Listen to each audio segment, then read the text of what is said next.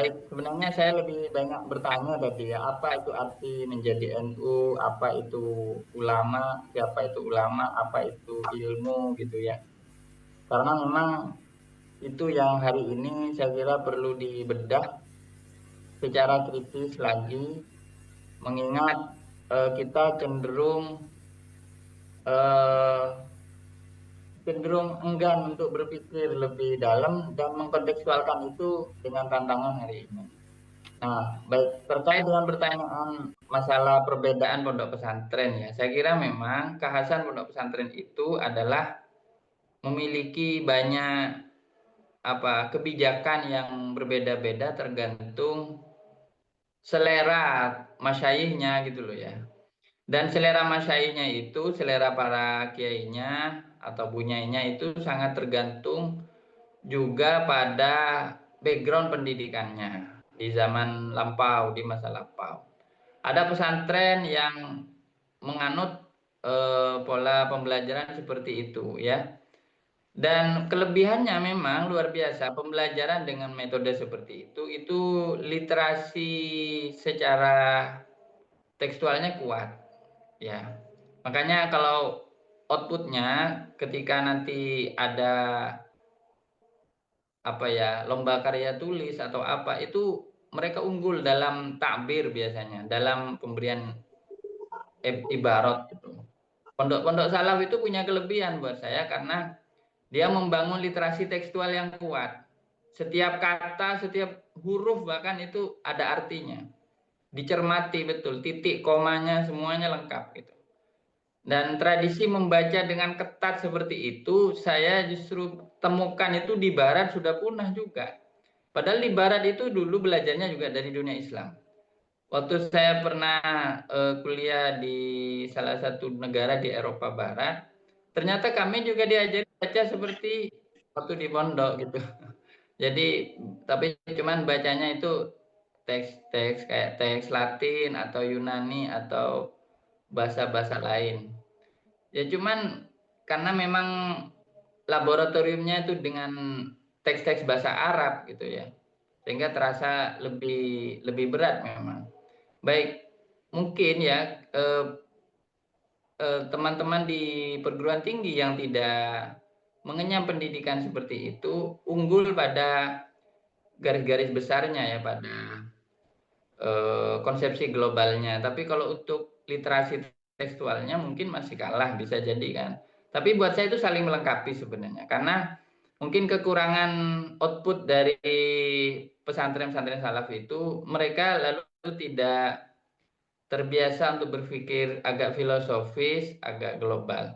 Karena mensyaratkan apa ya, tidak hanya berhenti pada arti, pada teks, tapi juga harus mampu berpikir lintas teks atau antar teks. Dan lebih dari itu bahkan berpikir secara lebih konseptual lagi.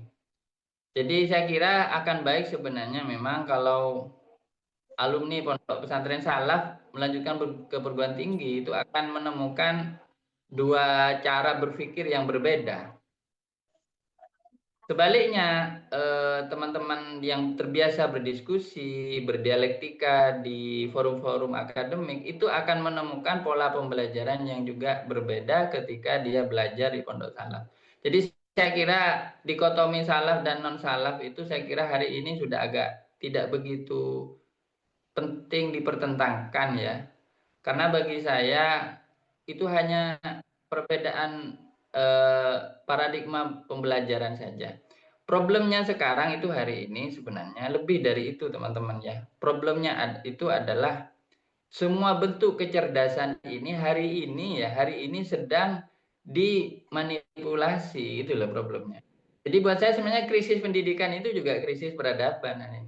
Karena semua bentuk kecerdasan hari ini dimanipulasi oleh big data, oleh macam-macam kekuatan-kekuatan yang buat saya itu predator gitu loh.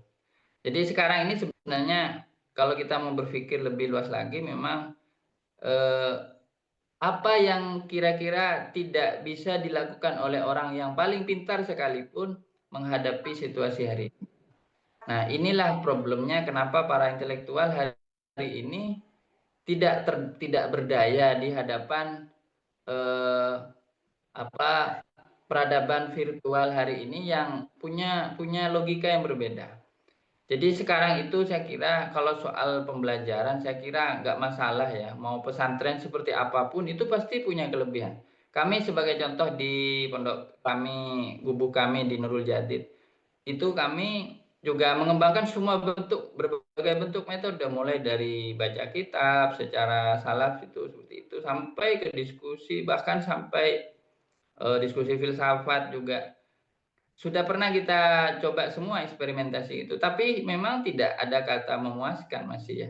Karena itu semua adalah bagian dari proses ya, metode.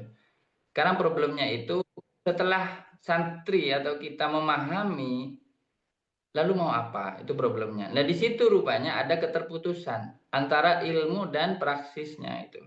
Nah, ini krisis yang paling besar sebenarnya ini. Keterputusan antara ilmu dan praksis ini.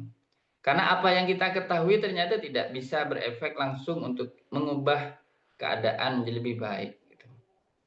Nah, jadi buat saya sebenarnya problemnya adalah bagaimana kecerdasan itu bisa dipakai untuk untuk kemaslahatan itu.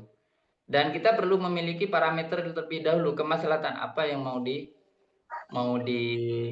di target gitu. Sebagai contoh begini ya. Hari ini misalnya kita mengalami krisis lingkungan. Ya. Krisis lingkungan itu nggak bisa dijawab kalau kita hanya baca kitab, nggak bisa. Karena apa yang ada di kitab itu belum tentu langsung nyambung dengan apa yang terjadi. Tapi dia harus butuh pembelajaran lain, seperti dia harus belajar outdoor, harus ikut tadabbur alam atau apa, harus ada pembelajaran-pembelajaran tambahan.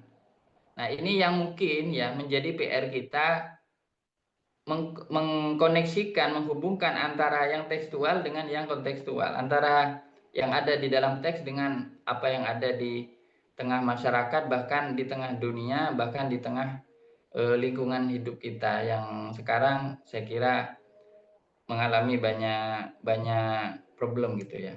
Mungkin itu Mas. Ya terima kasih. Mohon maaf kalau kurang memuaskan jawab.